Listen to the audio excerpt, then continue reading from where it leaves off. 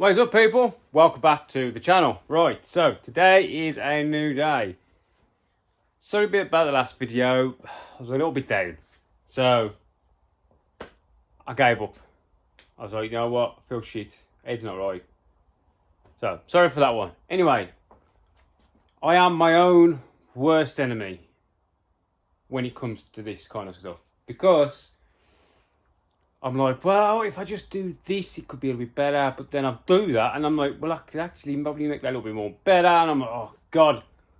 Rabbit hole, snowball. So, anyway, let's have a look where we've got to. So, we were in the last one, the loom's out.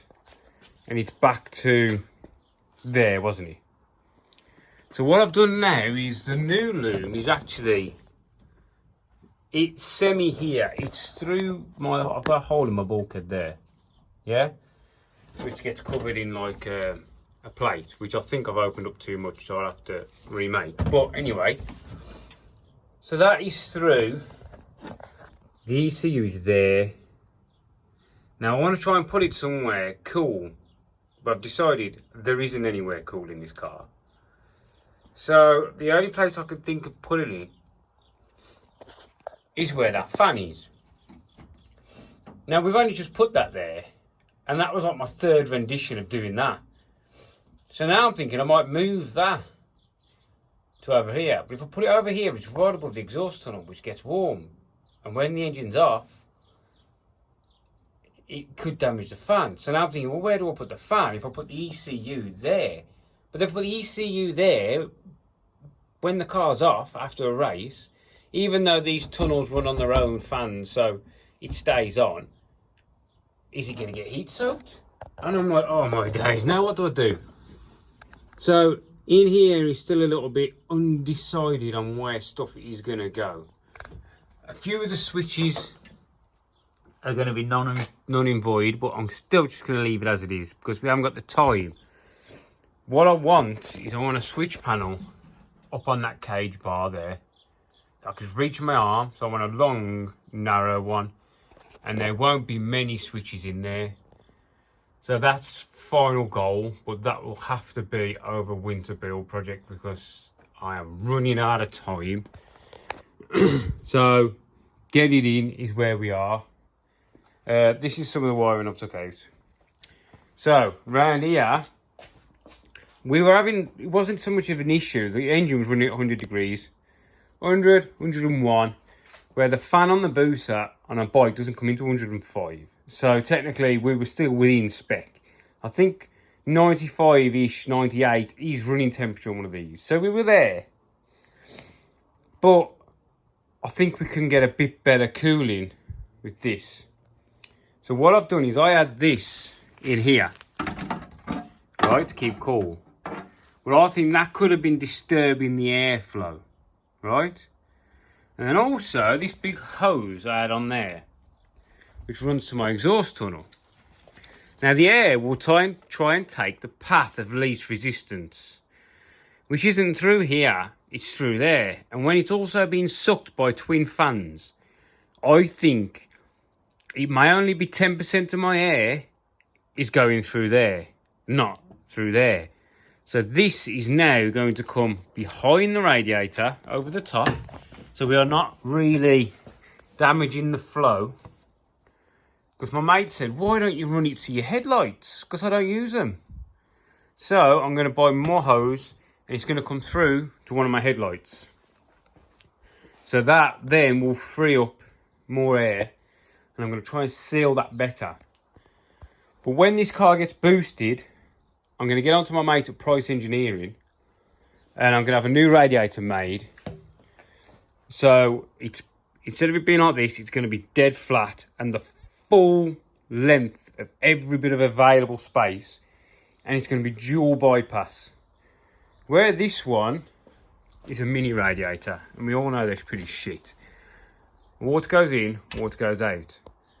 Now the water can technically come down here and straight across and in. It doesn't have to dissipate through all the fins. That's the problem with these kind of radiators. It goes in, this water pump can suck straight across or straight up and get the hot out the top. We have a dual bypass, to go in, it has to come across, down the end tank and across. So you're doubling the length of time it's in there. So I'm going to get my mate Pricey to make me up a dual bypass radiator. We're going to go header tank, so we can get the header tank off this. It's all going to be AN fittings. So that is going to be a much better cooling system. Because I'd like to get this to run cooler. Because then, if this runs cooler, the car is cooler. And, you know, that's what I'm trying to get to over the winter. So, we've ripped out some of the wiring. All this is wired in. The injectors are all wired in. I have fitted the oil pressure. I need to make some sort of bracket for this. Yeah. What else? All the rest of the wiring under here is really, it's here. Like crank. This is the oil plug. That's got to go up to the oil. This is fuel pressure, which I'm going to buy the switch. Because I'm going to fit this in case we need a little bit more fuel pressure. Yeah, I'm not going to put the pump on because we don't need the pump for this application. For the next engine, we're going to need the pump. So we've got that, we've got a fan. We have got to extend my water plug because it's got to get to like here and it's just not going to reach. Apart from that, everything's in. Cam position is not. So, right, what are we going to do today? Oh, I forgot to show you my dash, look. Ta-da! Because this thing was beat up to shit. I had a bit of carbon. So, I cut a template.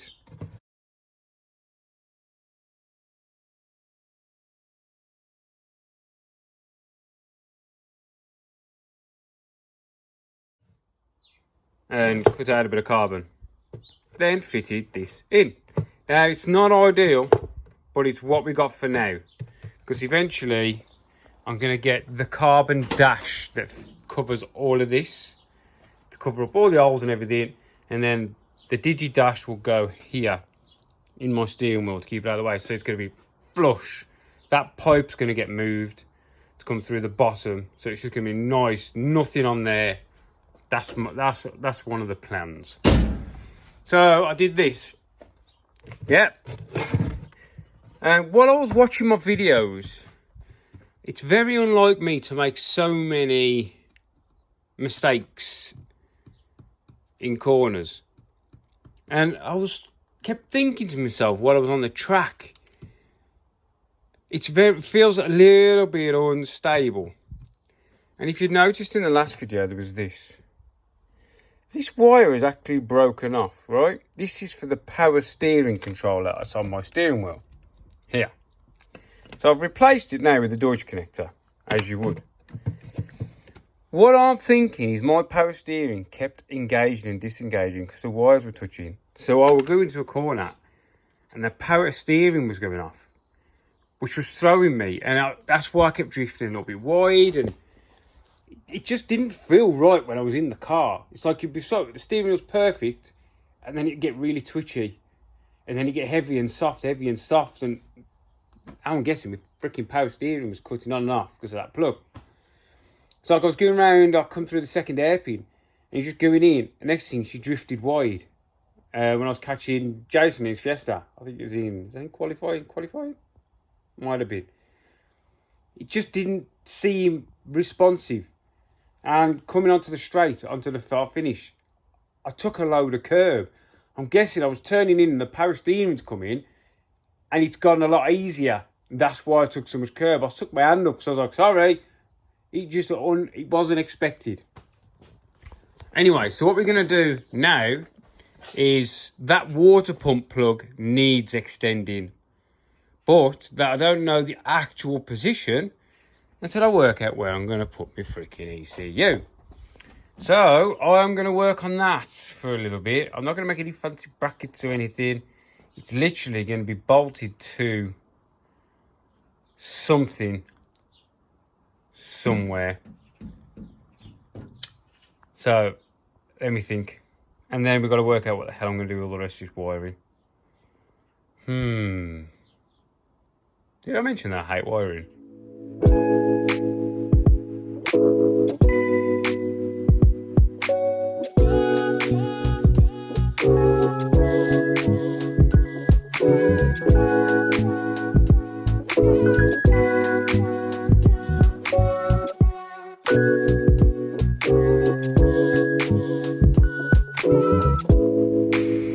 Right then, so we've jumped ahead quite dramatically because I've just been busy as a little busy bee is busy. So what you just saw me make there was that little round piece of carbon just to block this hole off before I put this back on.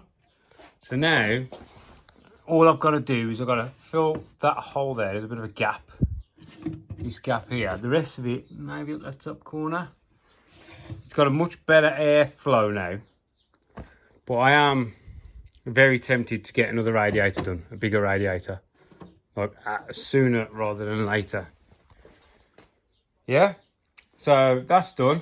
The new oil cooler's come again, because basically I ordered one, local, came damaged.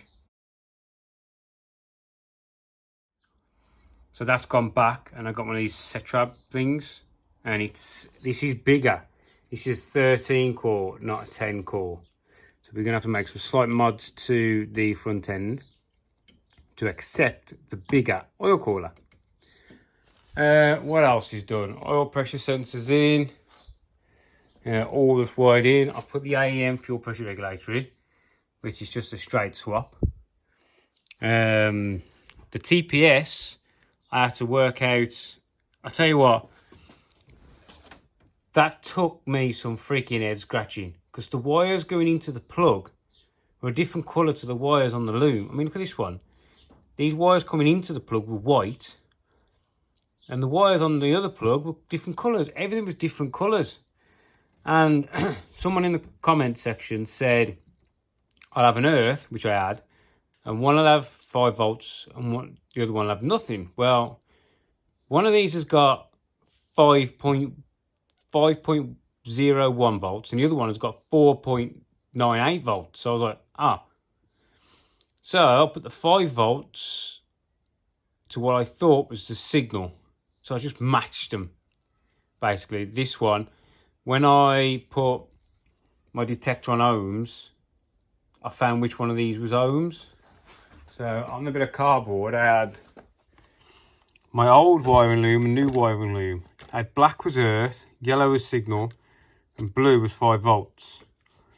On the old loom, I had yellow was earth, red was signal, and green was 5 volts.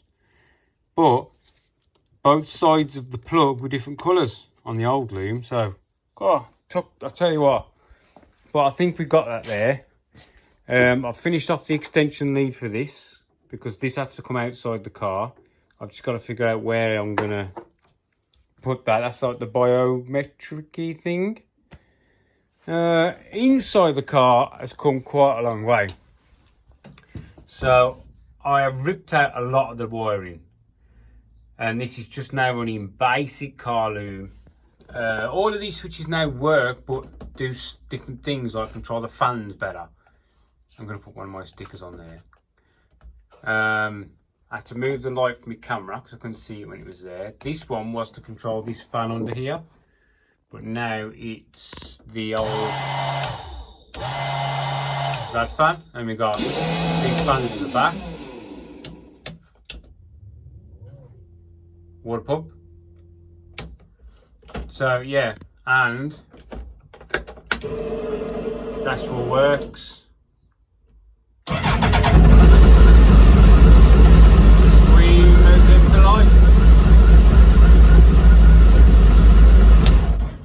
Yeah, I've changed the angle of this, so my arm is in it in a net. I have put in the new sensor. The one I had was a push to upshift and I'm a pull, so I had to order that and that's just come. So now we've got pull on there, so the flat shifter. So yes, that kit I brought, the Haltech kit, has actually come off the car. Changed that plug there. As you know, I've already told you that. Underneath here, All the loom is tidied back. I've still got a cable tie a couple of little bits together and out of the way. But we are so nearly there now. All the camera wires have been covered up because they were all red, so they're all hidden away now. Yeah, we are so close now. I've just literally been grafting. I really haven't recorded much at all. And over here we have got some more hoses. Give it to you. Add some more stuff. Turn up some diamond twigs.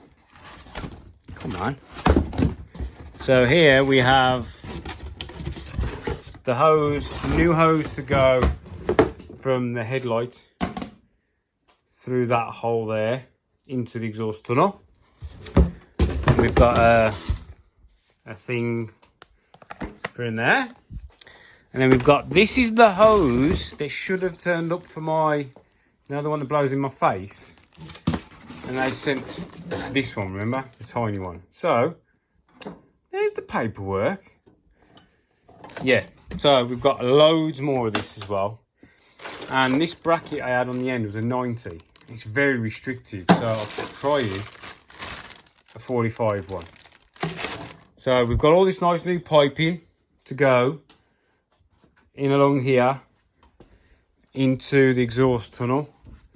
And then that's got to go back on the fan, and a new one from the fan to there, which goes up to there. So yeah, that's about it on that. I mean, it is nearly there. I've still got to put in this thing, this GPS data logging system. Look at all these wires that just aren't used.